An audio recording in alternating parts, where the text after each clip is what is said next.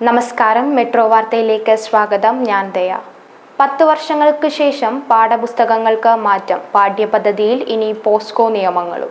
10 വർഷങ്ങൾക്ക് ശേഷം സംസ്ഥാന പാഠ്യപദ്ധതി പരിഷ്കരിച്ച് സർക്കാർ. പാഠ്യപദ്ധതി പരിഷ്കരണത്തിന്റെ ഭാഗമായി തയ്യാറാക്കിയ പുതിയ പാഠപുസ്തകങ്ങൾക്ക് തിരുവനന്തപുരത്ത് ചേർന്ന സംസ്ഥാന സ്കൂൾ കരിക്കുലം സ്റ്റിയറിംഗ് കമ്മിറ്റി അംഗീകാരം നൽകി. 1, 3, 5, 7, 9 ക്ലാസുകളിൽ തയ്യാറാക്കിയ 173 ടൈറ്റിൽ പുസ്തകങ്ങൾക്കാണ് അംഗീകാരം നൽകിയതെന്ന് വിദ്യാഭ്യാസ മന്ത്രി വി ശിവൻകുട്ടി വാർത്താസമ്മേളനത്തിൽ പറഞ്ഞു. 16 വർഷത്തിനു ശേഷമാണ് കേരളത്തിലെ പാഠ്യപദ്ധതിയിൽ അതിന്റെ തുടർച്ചയായി പാഠപുസ്തകങ്ങളിലും സമഗ്രമായ മാറ്റത്തിന് വിധേയമാകുന്നതെന്ന് മന്ത്രി ചൂണ്ടിക്കാട്ടി. 2007 ഇതിനു മുൻപ് പാഠ്യപദ്ധതി ചട്ടക്കൂട് വികസിപ്പിച്ച് സമഗ്രമായ പാഠ്യപദ്ധതി പരിഷ്കരണം നടത്തിയത്. 2013 ചെറിയ മാറ്റം വരുത്തിയിരുന്നു. നിരവധി പ്രത്യേകതകളാണ് ഇത്തവണത്തെ പാഠ്യപദ്ധതി പരിഷ്കരണത്തിലുള്ളതെന്ന് മന്ത്രി പറഞ്ഞു.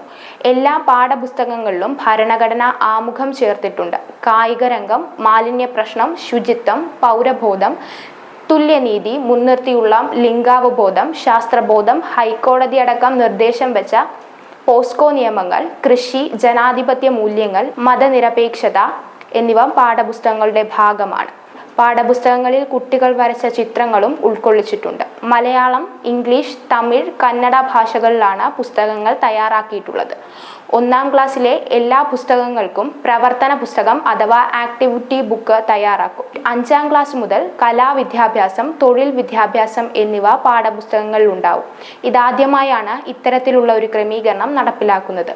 പാഠപുസ്തകങ്ങൾ പുറത്തിറങ്ങുന്നതോടൊപ്പം ഡിജിറ്റൽ പതിപ്പും പ്രസിദ്ധീകരിക്കുമെന്ന് മന്ത്രി പറഞ്ഞു. 5 മുതൽ 10 വരെ തൊഴിൽ വിദ്യാഭ്യാസം നൽകും. ടൂറിസം, കൃഷി, IT, ടെക്സ്റ്റൈൽസ്, നൈപുണ്യ വികസനം എന്നിവ ഉൾപ്പെടുത്തിയാകും ഇത്. കുട്ടികളിൽ ചെറുപ്പം മുതലേ തൊഴിൽ മനോഭാവം വളർത്താൻ ഇത് ഉപകരിക്കുമെന്ന് മന്ത്രി പറഞ്ഞു. പാഠപുസ്തക പരിഷ്കരണത്തെ തുടർന്ന് അധ്യാപകർക്കുള്ള അധ്യാപക പുസ്തകങ്ങളും വികസിപ്പിക്കും. ഇതിന്റെ ഭാഗമായി അധ്യാപകർക്ക് മികച്ച പരിശീലനം നൽകും. കൂടാതെ രക്ഷകർത്താക്കൾക്കുള്ള പുസ്തകങ്ങളും വികസിപ്പിക്കും. രാജ്യത്താദ്യമായാണ് രക്ഷകർത്താക്കൾക്കുള്ള പുസ്തകങ്ങൾ വികസിപ്പിക്കുന്നത്. 2 തീരുമാനങ്ങളും സമയബന്ധിതമായി പൂർത്തിയാക്കുമെന്നും മന്ത്രി അറിയിച്ചു. പൊതുവിദ്യാഭ്യാസ വകുപ്പ് പ്രിൻസിപ്പൽ സെക്രട്ടറി റാണി ജോർജ്, ഡയറക്ടറേറ്റ് എസ് ഷാനവാസ് തുടങ്ങിയവരും വാർത്താ സമ്മേളനത്തിൽ പങ്കെടുത്തു. ന്യൂസ് ഡെസ്ക്, മെട്രോ വാർത്ത.